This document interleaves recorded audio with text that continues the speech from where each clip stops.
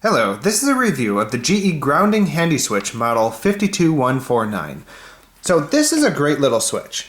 I own a whole bunch of these switches that I'll talk about in a minute, but this is what it is. It's a 3-prong switch, simple as it sounds. It has a switch on one side and 3 prongs, the third one being your grounding prong that's on the back here. So basically this is the switch if you have a grounded outlet that you have a grounded plug that you need to change. Otherwise you can use 2-prong outlets if you have just standard 2-prong plugs that need to plug into them. So these are model 5365. This is model 52149. I love these little switches. For whichever application, both the grounded and non-grounded works great for me as well. So here it is. I think it's a great little switch. It seems really well constructed from my perspective. Everything seems in perfect order. This is about the approximate size of it, so you can get the idea of what it would look like. It works great for me. I like the switch.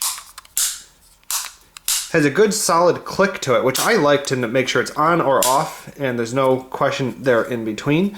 The only thing to pay any attention to is the orientation of it. So when you plug it in the wall like this, the switch will be on the top. But pay attention to where the grounding is. So because sometimes they're inverted. If they're upside down, then the switch is on the bottom side or something like that. So let's take a look at the few that I have here. Now I have these all over my house, but when I can, you pay attention to see where the grounding is facing away. Well, great, I can plug it facing away, in that case there, and then the switches, like the rest of these, will be accessible to me. And so on. This one's connected to the lamp on my desk. This is connected to the laptop power brick. I put these kinds of things on anything that would suck electricity whenever they're not in use. So power brick. My speakers, it has a big power brick because it's 10 years old and is always taking 6 watts of power even when the thing's turned off. So that's what I got these for, is to stop draining power for little things when I'm not actually using them. So again, the only thing to pay attention to is if this strip or power outlet was otherwise turned away, I would have the switch facing away from me. And then basically you'd have to reach around back to turn them on and off, which I actually do have some cases. The only thing is these get in the way then because you're reaching between it. I actually do have some that are turned the other way in other applications in my house. It's really not a problem. It's just much more convenient to have it accessible. So let's take, for example, I have a shredder here. If I wanted to put my shredder on this, I can take my existing shredder, plug it into this, and now suddenly I can turn off the power to my whole shredder if I wanted to here. Now my shredder I put on a power meter doesn't really need this, but that's how I can turn it on, that's how I can turn it off. So that's if you want to do that. You see it's a nice sturdy outlet. You know, these things, I really don't have any problem with it staying in the wall. I don't have any problem with things staying in here. It's not overly tight, but it's not loose either. But I have a ton of these all over my house. I think they're great. There's not a single thing wrong I can mention to them, other than make sure that the direction, like I was saying, if you want the switch facing away from you or facing for you, just pay attention that when the grounding's on the bottom, the switch is on the top. Here's the other switch that I was talking about. This is the 2-prong version without the grounded plug that we're talking about. So 2 prongs in the back, no grounded prong as well. It's otherwise an identical switch as far as you can tell from making construction.